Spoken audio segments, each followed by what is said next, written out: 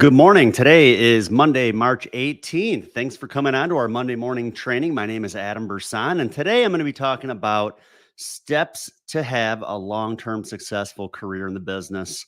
I'm going on my 21st year in the business, got licensed back in 2003. Been doing it quite a while. I'd say I've done pretty well in the business. And I mean, heck, I think anybody who's been doing it as long as I have, I don't think they'd continue to do it if they hadn't experienced some sort of success along the way. So, just wanted to kind of share some things with you guys today of some steps that I feel that are necessary to last a long time in the business. And heck, most people that want to get in the business, I mean, they're looking to do this long term. It's not like they're just looking to do this today and then figure out something to do next week. They want to make it long term. So that's what we're going to be talking about. So let's go ahead and get started here. So the first thing I think you really have to learn to believe in yourself, especially, when you're first getting started in the business. There's a lot of unsurety, I think, when you first get going in the business. And you got to you got to get to the point that you believe in yourself. You got to build up that confidence. I think, again, the longer you do it, the better you're going to get at that.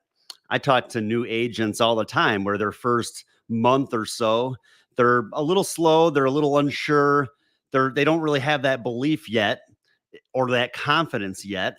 But like anything else, the longer they do it, the better they get, and the more confidence that they build. So you got to be able to believe in yourself, really, most importantly. And then I think you got to get rid of the ego and be willing to learn from those that are better than you.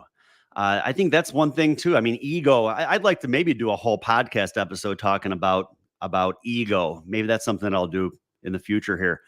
I think that there's a lot of people that, I mean, heck, maybe they jump around from organization to organization. We'll talk about accountability a little bit later too, but I think that those that do the best in the business are those that are willing to learn from others that are better than they are. Uh, I mean, heck, I was a good producer for many years. I built up some large agencies as well. Got back to doing some personal production over the last year and a half, and I looked to see who was doing a lot of premium and what they were doing, and just kind of followed their lead. I do a lot of work with Chris, and we sat down one day and talked about it. And Chris writes over 400,000 in premium every year. So it's like, why would I want to figure out another way to do it? I never wrote that much premium in a year. So however I was doing was working. But if he was doing that much premium, well, let's figure out what he's doing. And so that's right there. I mean, heck, not much of an ego issue there. I was willing to say, hey, look I've done well, but someone else has done better than me. So let's figure out what they're doing when it comes to personal production, and let's replicate it. And that's what I've done. And my premium has definitely gone up week over week. And have a business plan. You kind of need to know what your business is going to look like.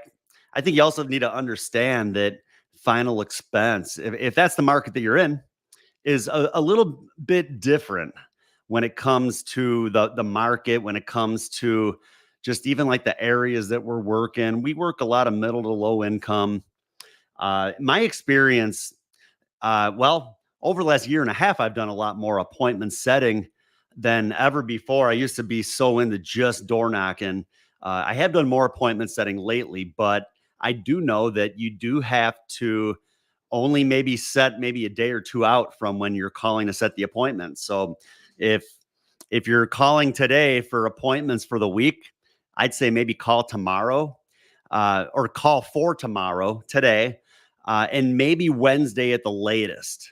Outside of that, I mean, the chances of no-shows is the further out that appointment is are just going to be higher and higher. So you just got to understand that this business final expense, it is a little bit different. I remember growing up, my dad's in the business. He did a lot with Medicare and annuities and things like that when I was growing up. And I remember Monday was like his office day where he would set up his whole week and just set up all of his appointments off of all of his leads and referrals. And Monday, Tuesday, Wednesday, Thursday, Friday, Saturday, he would be out on appointments. But it just doesn't work in final expense. If like I said, if you're setting them out too far, they're not going to be home, and you're going to be wasting a lot of time. Um, and you got to be, so with that, you got to be able to maybe adapt to changing your work habits. You also have to realize in the final expense business that if you are out in field sales and you are setting appointments, not all of your appointments are going to be home. I train a lot of my guys, well, all my guys I train to plan their day as though their appointments are not going to be home. And what I mean by that, I tell them, get your appointments set, but then still go through all of your other leads and put a route together. So then when if for some reason your appointment's not home, let's say you have a 9 o'clock appointment and maybe you have a 10:30 appointment.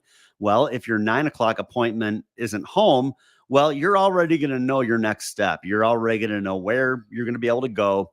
You're not just going to have to sit around for an hour and a half until your next appointment. You're already going to have that next lead ready to go door knock. And if you are late to your 11 o'clock appointment, who cares?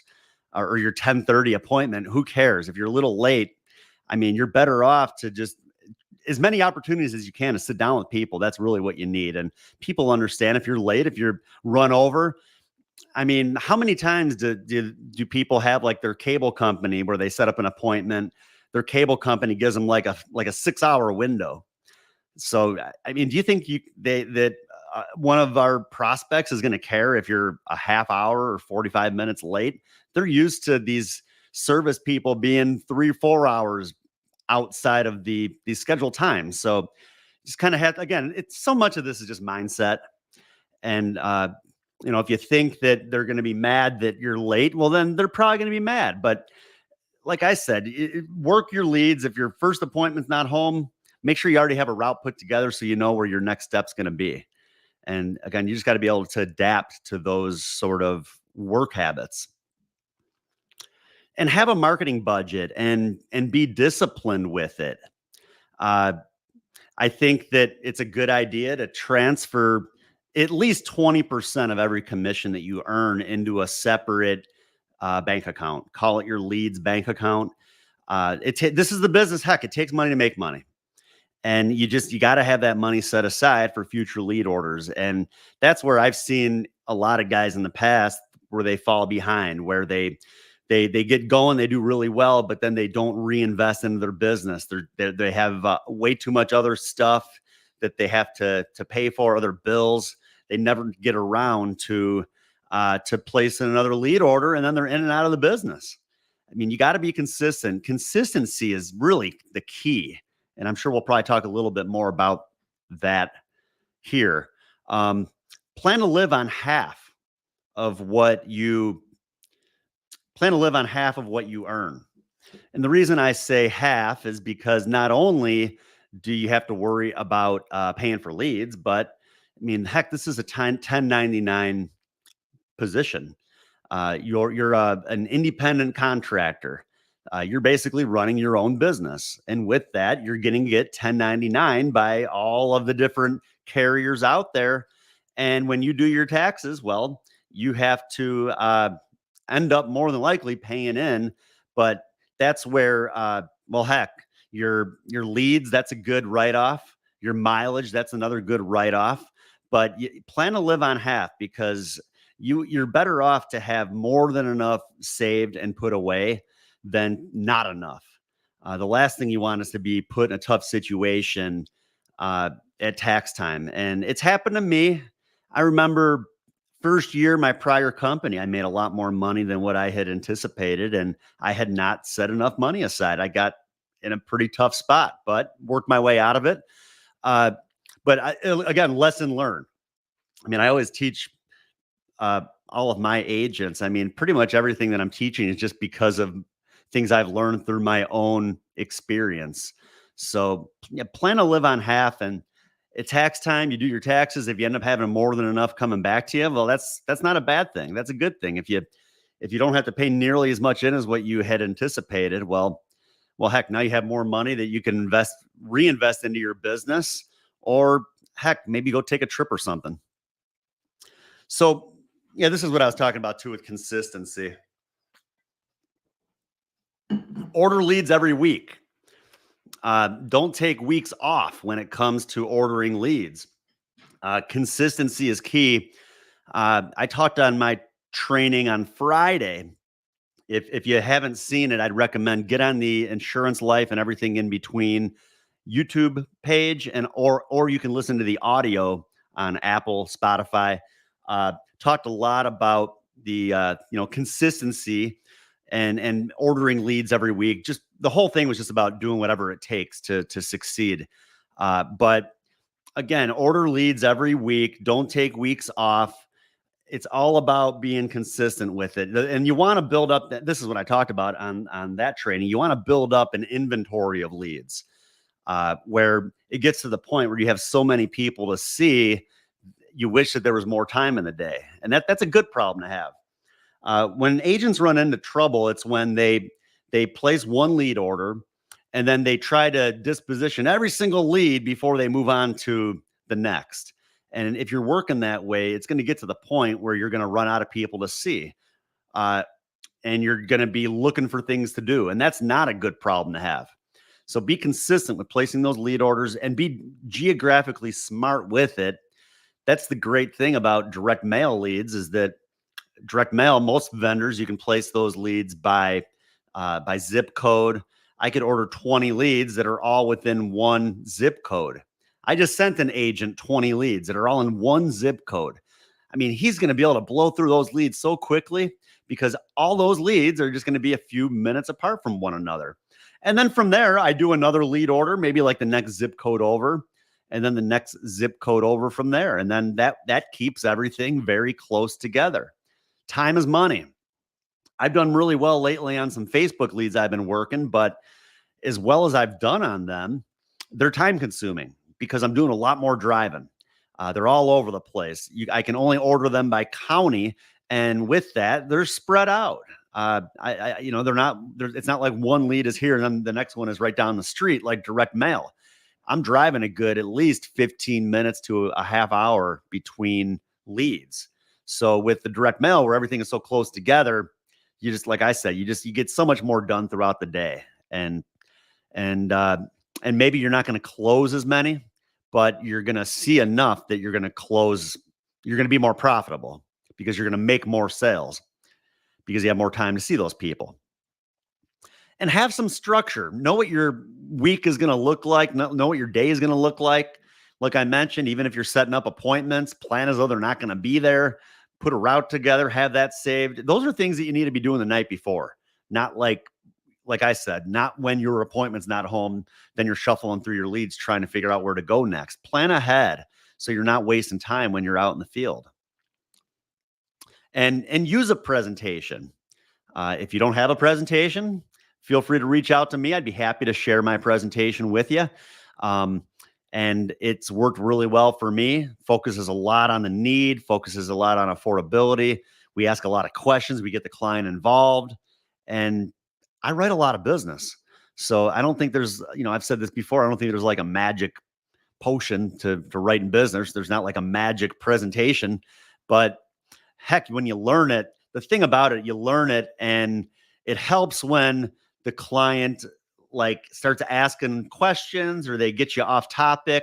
It helps when you have a presentation so you can get back on track. And the more structure you have with that, the more confident you're going to be and the more comfortable you're going to be doing your presentation and the more sales you're going to make. So if you have not used a presentation, if you're just out there winging it, I think it makes it much more difficult. And I mean, I think too, a lot of presentations out there are so focused, or agents are so focused on just face amounts and rates. And I like to focus on a lot more than just the face amounts and the rates. I like to focus more on value and affordability.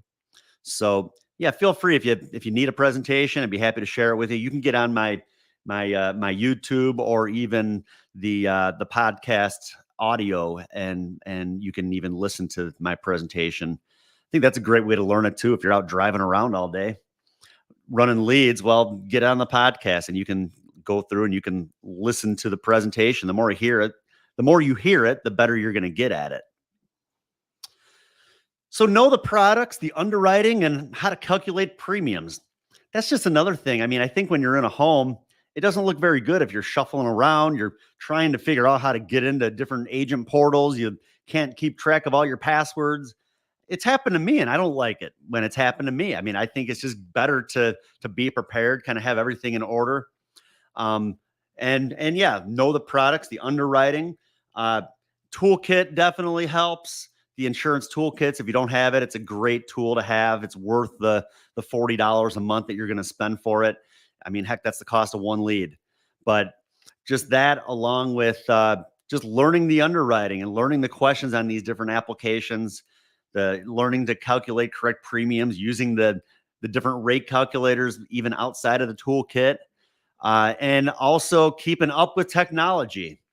Take advantage of the technology that's out there. Things are so much, I'm going to sound like an old person now. I mean, things are so much easier now than when I first got in the business. I mean, back when I got going, I mean, heck, everything was paper applications. The company that I worked with, they wanted us to send everything in. We'd fill out the paper applications, we'd collect a check, and I would be sending overnights every night. I'd be sending an overnight. And that was starting to cost money too. But not only that, I wasn't getting an instant decision all the time. Uh, with them, I could get an instant decision. We would call in, we'd have to do a phone interview, and then we would get the decision. So that was nice. But even that, I mean, there's so many companies now, you don't even have to do a phone verification. And same thing, like I said earlier, time is money. So the amount of time I could spend, 15, 20, 25, I've spent 40 minutes on the phone with a company doing a phone interview. I mean, that's time is money.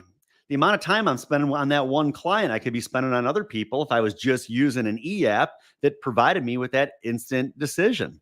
And there's so many companies out there that use those now. I see no reason why you'd even want to write with a company that's kind of behind a little bit, I guess you could say, when it comes to technology. If anything, the less people write with those companies, maybe they'll learn to step it up a little bit and improve their technology to catch up with everybody else. Because yeah, time is money. Let's use what's easy to be able to get that business issued and move on to the next. Get used to getting rejected. I mean, you're going to get rejected more than you're going to get accepted. And again, it's part of the business. When we're working leads, I mean, leads are nothing more than someone who has expressed some sort of interest in what we're selling. It's not a guaranteed sale.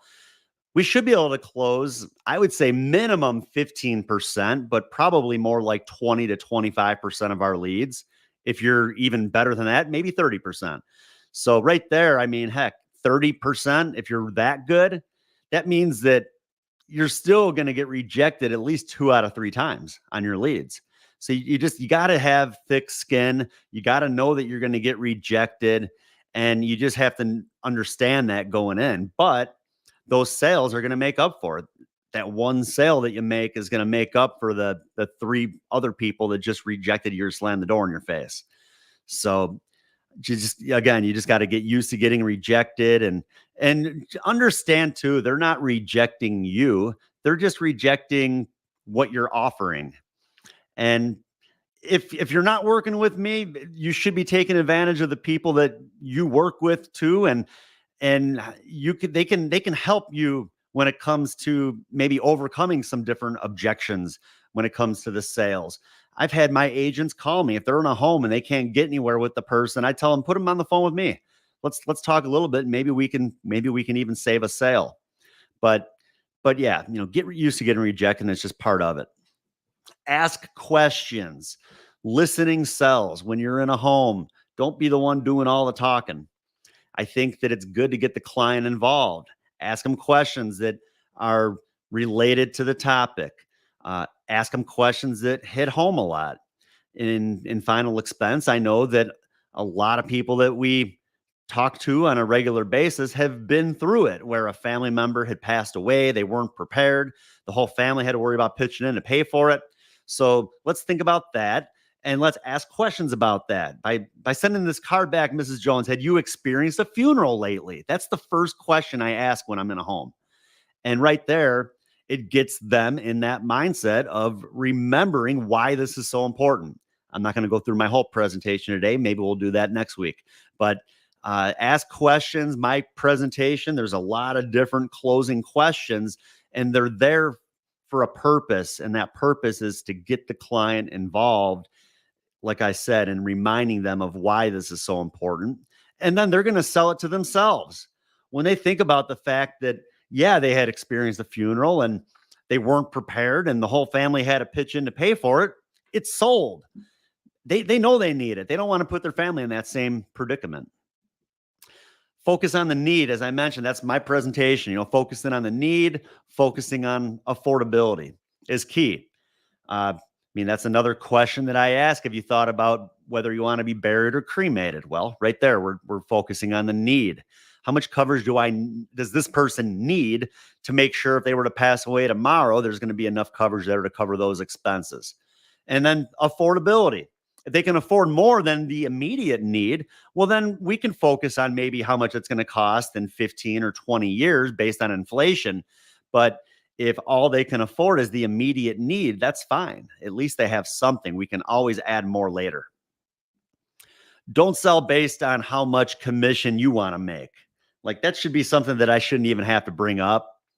But I've been in homes where agents have presented, and it's like I see them calculating their commissions, because I can tell when they're calculating a rate compared to when they're calculating a commission. It's just not the way that you want to think. You got to do what's in the best interest of your client, and not what's in your own best interest. And I think that's actually the next one on here. Yeah, do what's in the best interest of your client.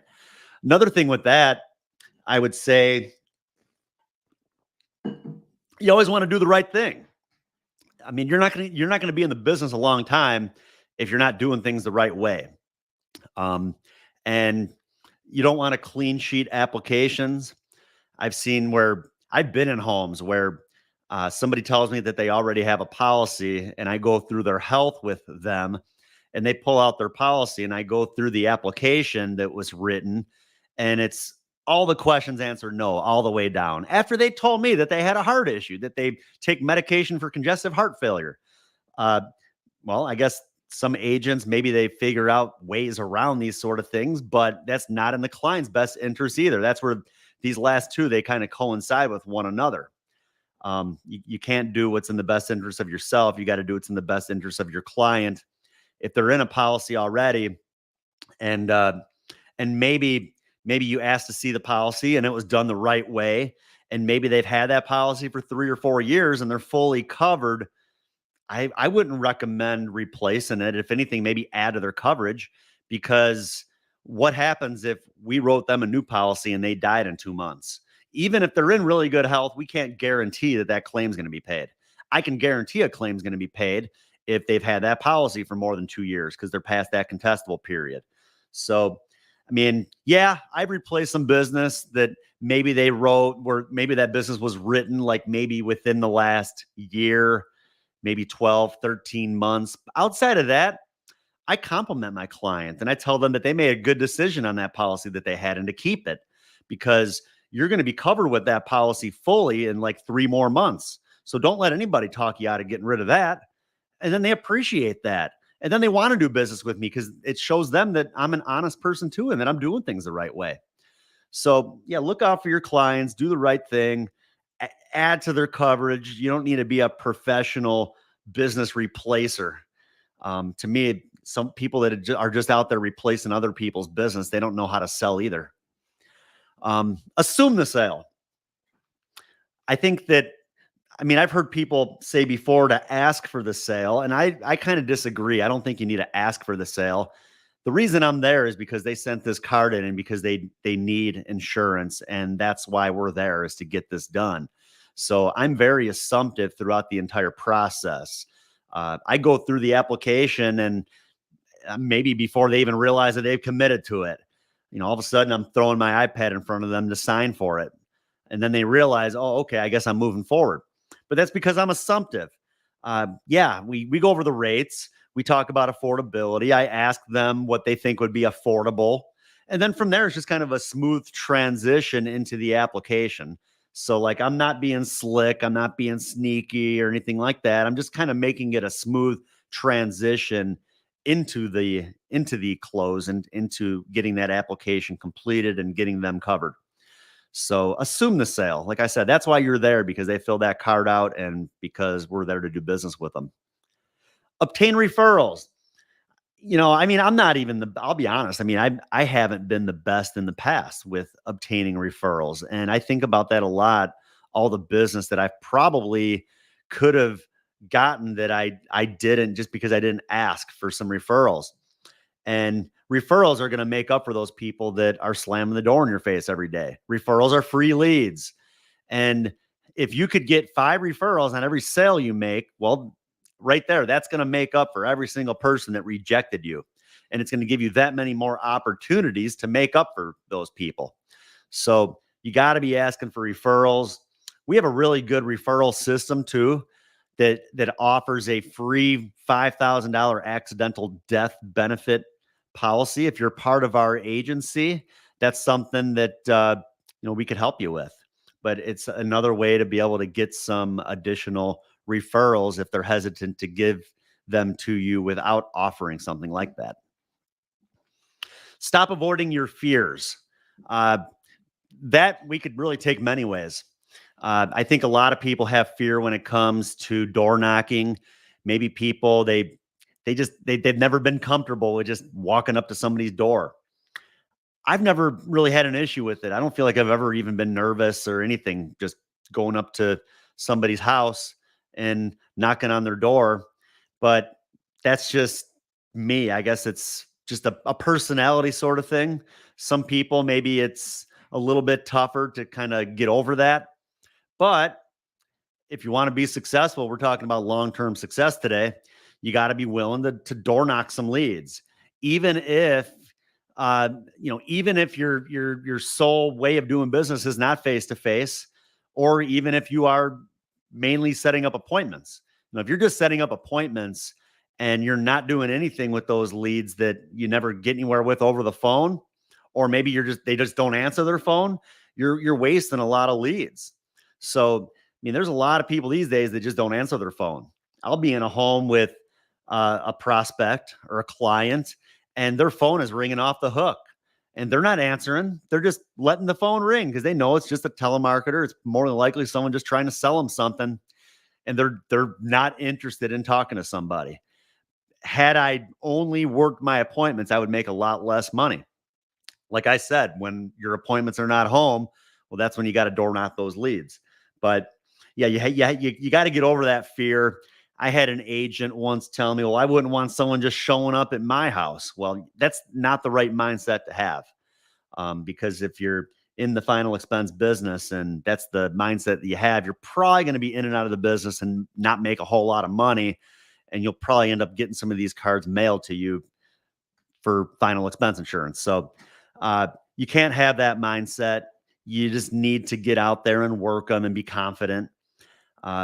You could fear even calling people. I mean, I've never really liked calling to set appointments. So maybe I've had a little bit of fear with that in the past, of that fear of rejection over the phone. But I do know that if I get rejected over the phone, it doesn't matter, because I'm still going to take that lead and I'm going to door knock it a couple days later. So even if they tell you no over the phone, that's just no. I'm not interested in talking to you on the phone about it. That's the way I think about it. I'm going to show up in a couple days, and more than likely, they're not even going to realize that I'm the same person that they talked to on the phone. Most of the time when I've done that, they're maybe mean and nasty over the phone, but they're pretty nice when I show up. And like I said, they don't even realize it's the same person. And you can't fear failure. That's probably the biggest one of the whole thing.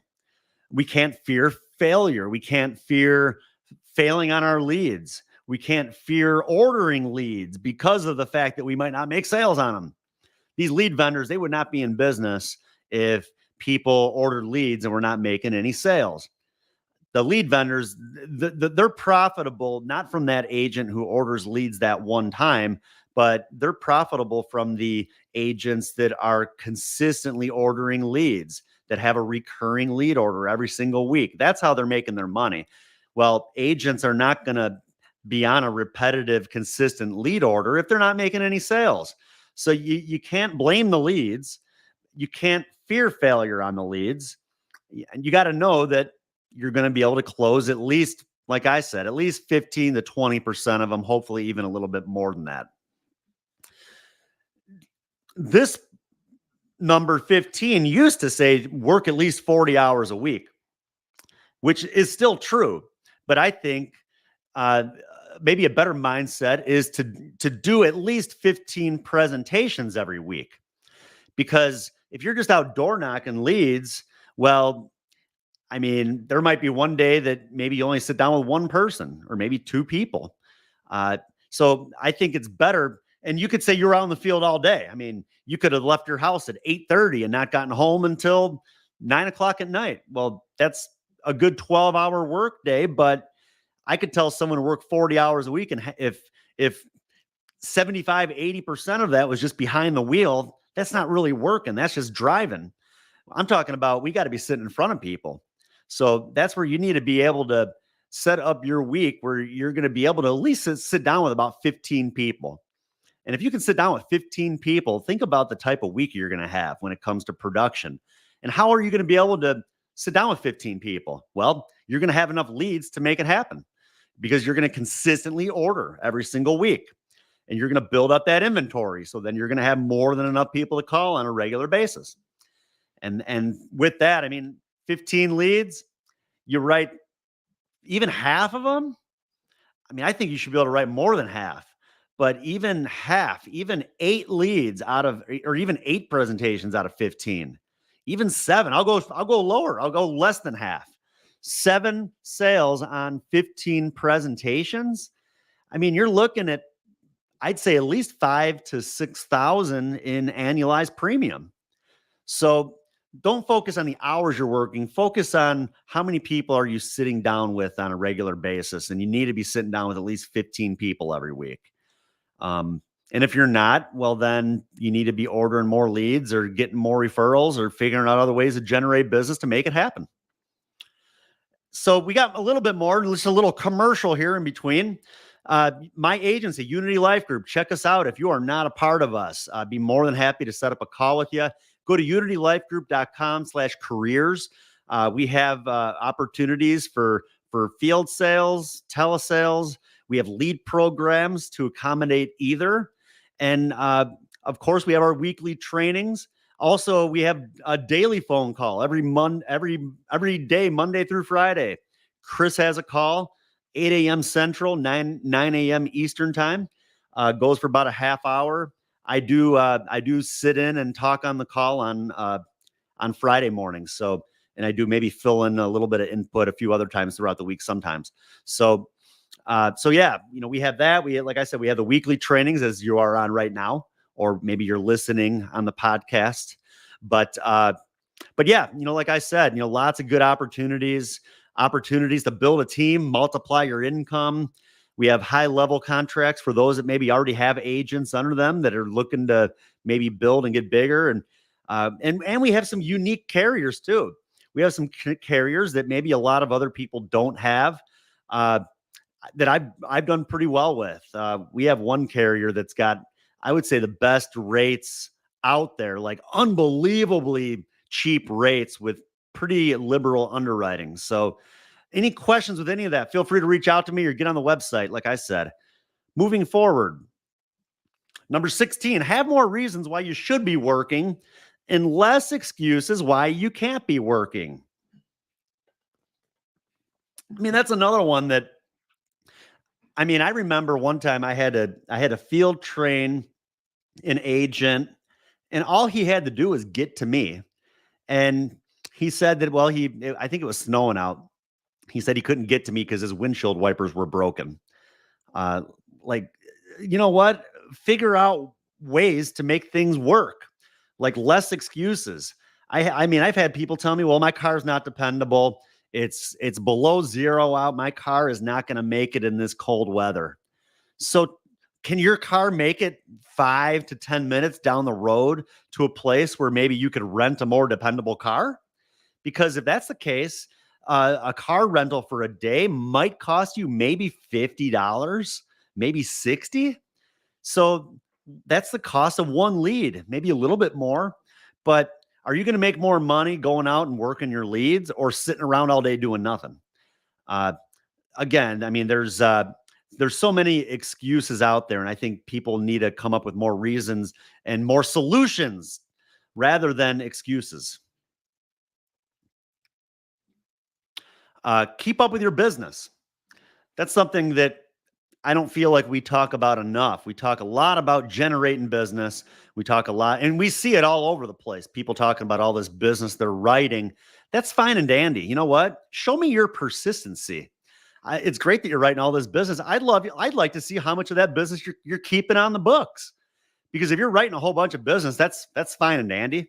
But if you're not keeping that business on the books, it's no fun to have to write 2 or 3 pieces of business before you can get paid on another one piece of business. It's not fun to get paid on a piece of business to have to turn around and pay another carrier that commission back because you got sorry, my phone started ringing, lost track there. Because you got hit with a chargeback and you don't want to lose your contract with that carrier. So you got to keep up with your business. And there's so many different ways of doing that. I mean, most companies, they keep you up to date on when business is falling off or maybe when business is late. You just got to make that part of your business to keep up with it, whether you're getting on the phone and calling your clients, or you could put those right in your list of people to follow up with, even door knocking. If you door knock that lead the first time to get in the home, door knock it even if their premium is late. One thing that I've noticed is that a lot of times the client doesn't even realize that their premium is late.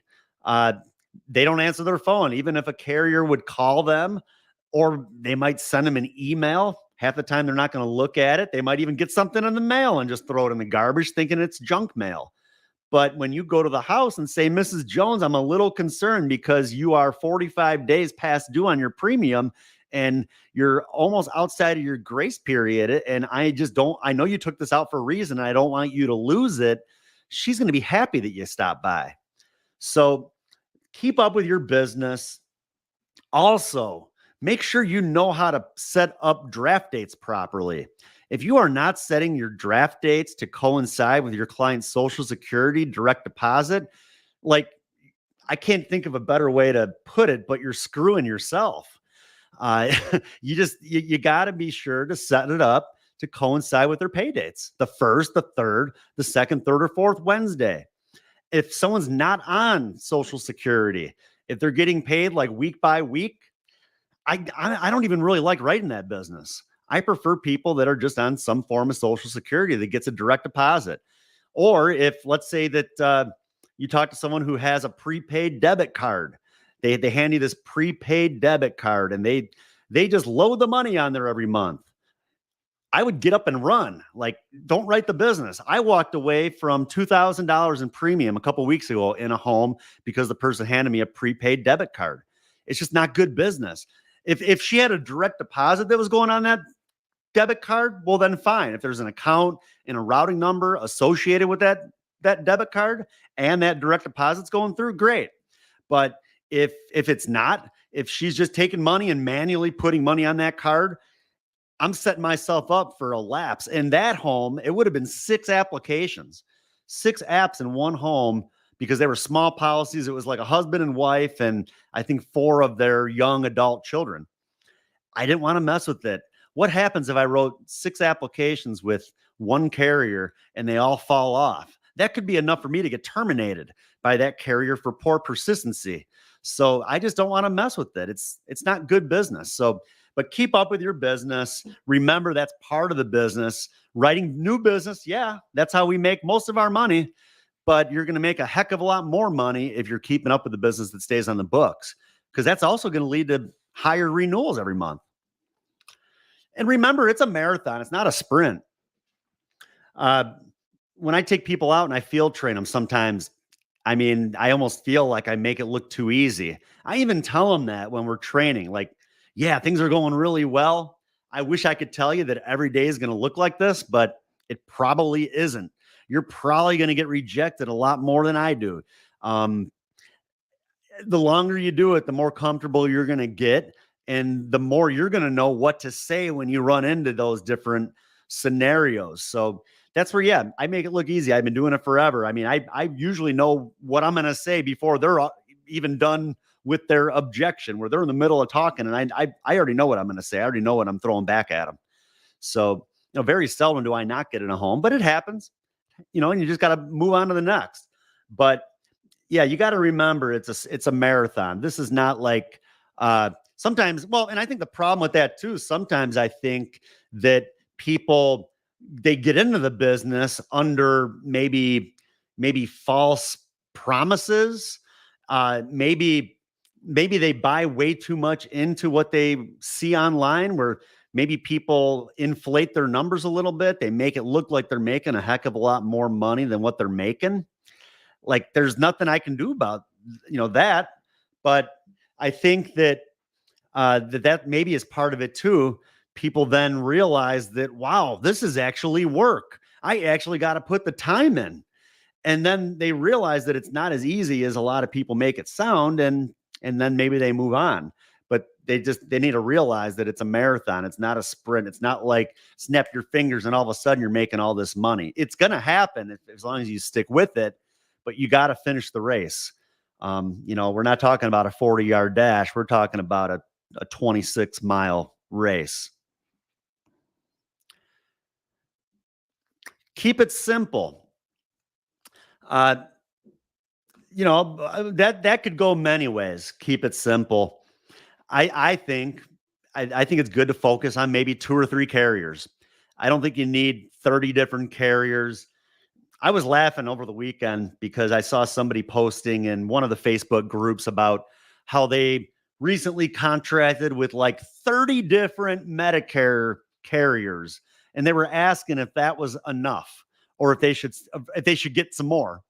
And I was laughing because Chris Smith, who I do a lot of the calls with and we do business together, he commented, no, I think you probably need at least 92 contracts.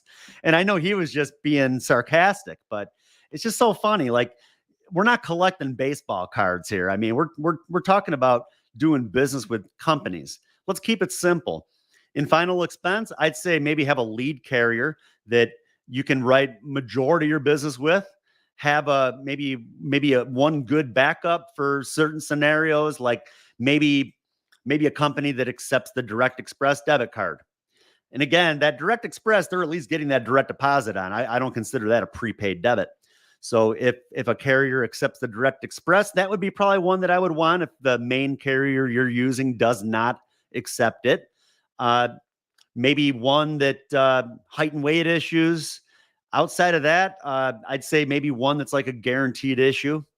And that's really about it. You really don't need all these different contracts out there. You could have maybe a good 2 or 3, maybe 4, and it's going to be enough to fill in all the gaps, to keep things simple, where you're not, another thing too, if you're writing business with 10, 15 different companies, that can be difficult too, where you write one and then you get hit with a chargeback, and then maybe another one falls off with another carrier. And then all of a sudden you got debt with like 3 or 4 or 5, 6 different companies. I mean, that's another bad situation you don't want to be in. So keep it simple. If you write business with one carrier, or majority of your business with one carrier, you're going to build up a pretty good book of business there. And even when you have chargebacks, even if you don't have something lined up to write, you'll have enough renewals built up too to be able to clear some of that up.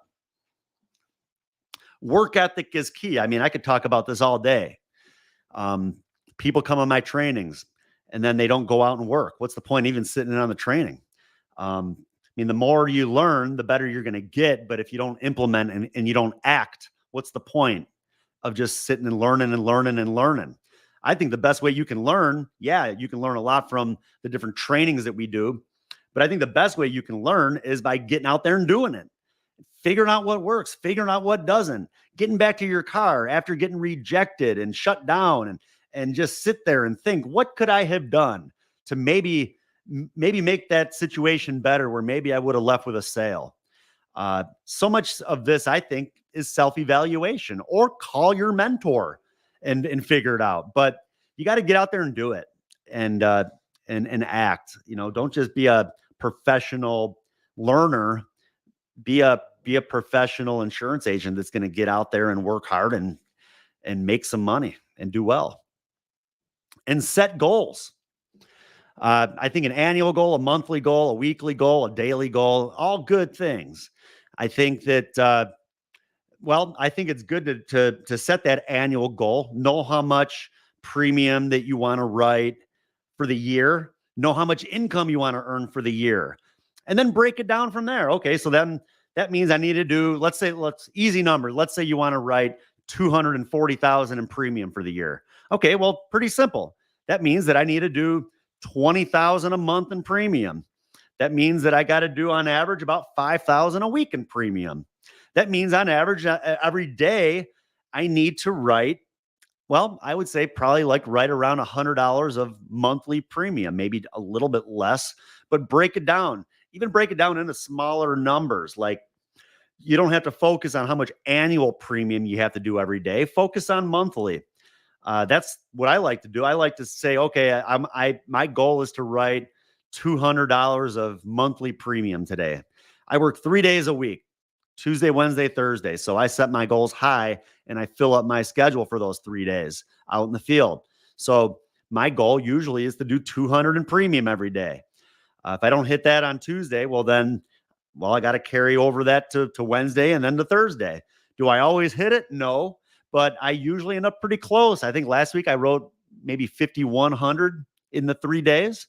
So, didn't quite hit it, but I mean, heck, if my goal was 20,000 a month, well, then I'd be right there at that 5,000 for the week. So yeah, set the goals. I think it's good to maybe set them a little bit lower. I talked on the training I did on Friday too, that, like I said, you can go back and listen to on the podcast. I think it's good to even have things to work towards or to work for. I remember when we were building our home and just all the extra money that I needed to make. To me, that was motivating. It was motivating to get out there to do it because I needed to. I needed to get out there and make more money. Well, I was pushed to do that. I finance agents some leads. So right there, I mean, I think that pushes them to go out and work. They know they owe money. They know they're not going to get any more leads if they don't write some business. So that's going to push them to get out there and work to be able to continue to move forward with this. So yeah, set goals and have things like that to work towards. If you don't have something to work towards, go out and maybe take out a loan on something to push you to get out there and work. And do that little extra. I talked about this also on Friday, but just doing that little extra, going and talking to the person next door to your lead because you see them sitting out on the front porch. I've always said, what you got to have like that. What do I have to lose mentality? What do you have to lose by knocking on a few doors around the house of the lead? What do you have to lose by going up and talking to that guy that's sitting on the porch? Even before you go up and talk to your lead. What do you have to lose by talking to someone in an elevator in a senior building about what you're there to do? What's the worst thing that could happen? They tell you, no, I'm not interested. You could ask for referrals even from those people. But if they tell you, yes, that they are interested or that they would like to sit down with you, you just made probably at least $500 just for opening your mouth and not being afraid to tell people about what you do and not being afraid to maybe knock on a few of those doors around the leads. So I think it's important to do that little extra. That's a big part of this too. And that could also mean referrals too. We talked about referrals earlier, just doing that little extra. And all that little extra, again, is going to make up for all the people that reject you. That's also part of our business. Don't miss out on the growth potential. This isn't for everybody. I mean, not everybody cares a whole lot about building and growing. I know plenty of agents that are perfectly happy, earn pretty good living, just going out and writing their own business. But if you really want to take advantage of an industry or an opportunity to make a lot of money, I don't know a better business than our business, unless you want to, get drafted by the Bears or, a professional football team or play Major League Baseball. I mean, you could make a lot of money in the insurance business by building and growing and replicating what you do and teaching others, showing other people how to be successful. And that's what I'm doing. I really try my best to work with my guys as much as I can and really replicate what I do. Because the more people that I can help that learn from me and teach others, well, that's what's going to happen. They're going to be successful. And what's good about that, I feel comfortable knowing that they're going to teach their agents the same way that I taught them. Everybody's on the same page. Everybody's doing well.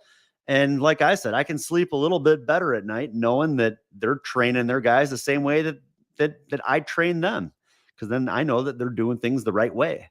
But yeah, I mean, you could really make a lot of money in this business by building and growing. So don't miss out on that opportunity. If you have questions about that too, what type of income can I really make and how do I do it?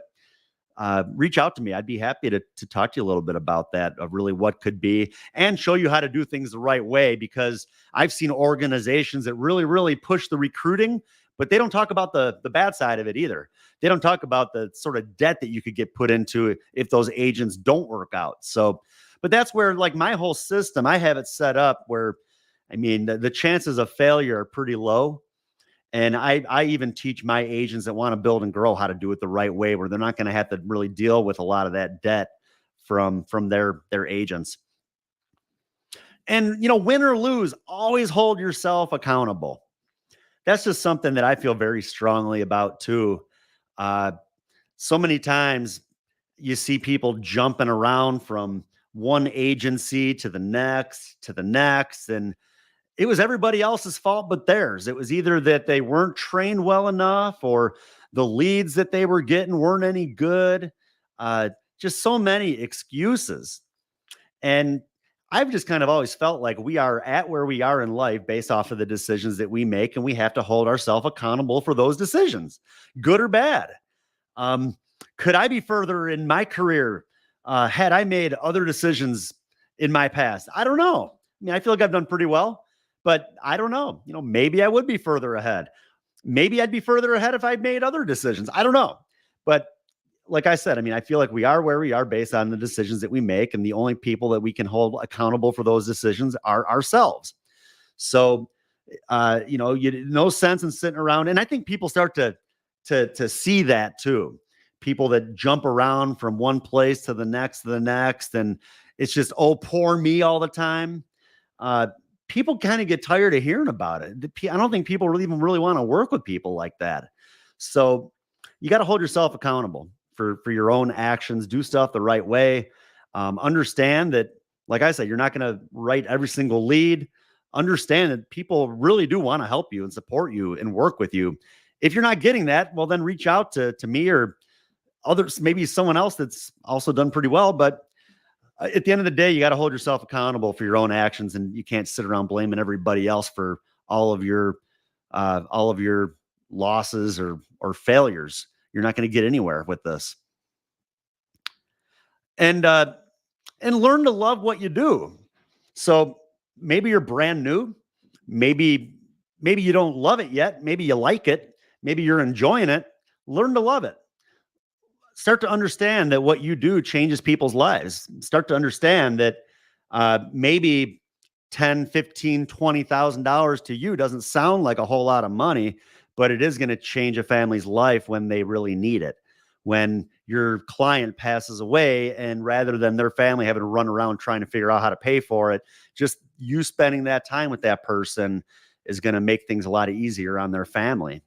So that's kind of the mindset that you have to have, and just learn to love what you do. And I think your clients will really learn to see that too. They'll see your passion, and they know that you really do truly care, and that you're looking out for them more than anything that you're getting out of this.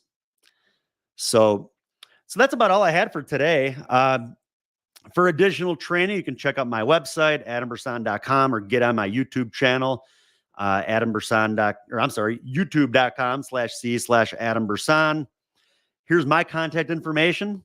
like I said, feel free. Check out the website. You can reach out to me too if you have any questions. If you're not with me and maybe you'd be looking to maybe make a change, I'd be happy to talk to you. If you're already with me and you just need some help, reach out to me. Give me a call. I'll be more than happy to help you. So I hope you all have a great week, and I will look forward to seeing you again next Monday, same time, same place. Thanks again.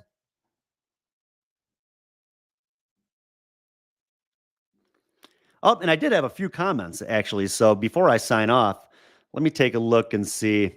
Somebody asked, "Do you do face to face only?" I would say I do majority of face to face only. I actually wrote a husband and wife last week over the phone. It just kind of happened that way. I called to set an appointment, didn't get anywhere with them, and I don't know. I just kind of felt them out a little bit, and realized that I could probably write the business if I just give them a good quote. So, yeah, but majority of my business is face to face. I prefer face to face. I tried building something about a year ago over the phone, and just it's not for me. I like sitting down. I like having those relationships where I can sit down on the couch and talk to people, and they can see me and I can see them. It's just kind of more my style. But if someone's looking to do telesales, I mean, let me know. I'm sure that I can connect you with some successful people that can help you with that as well.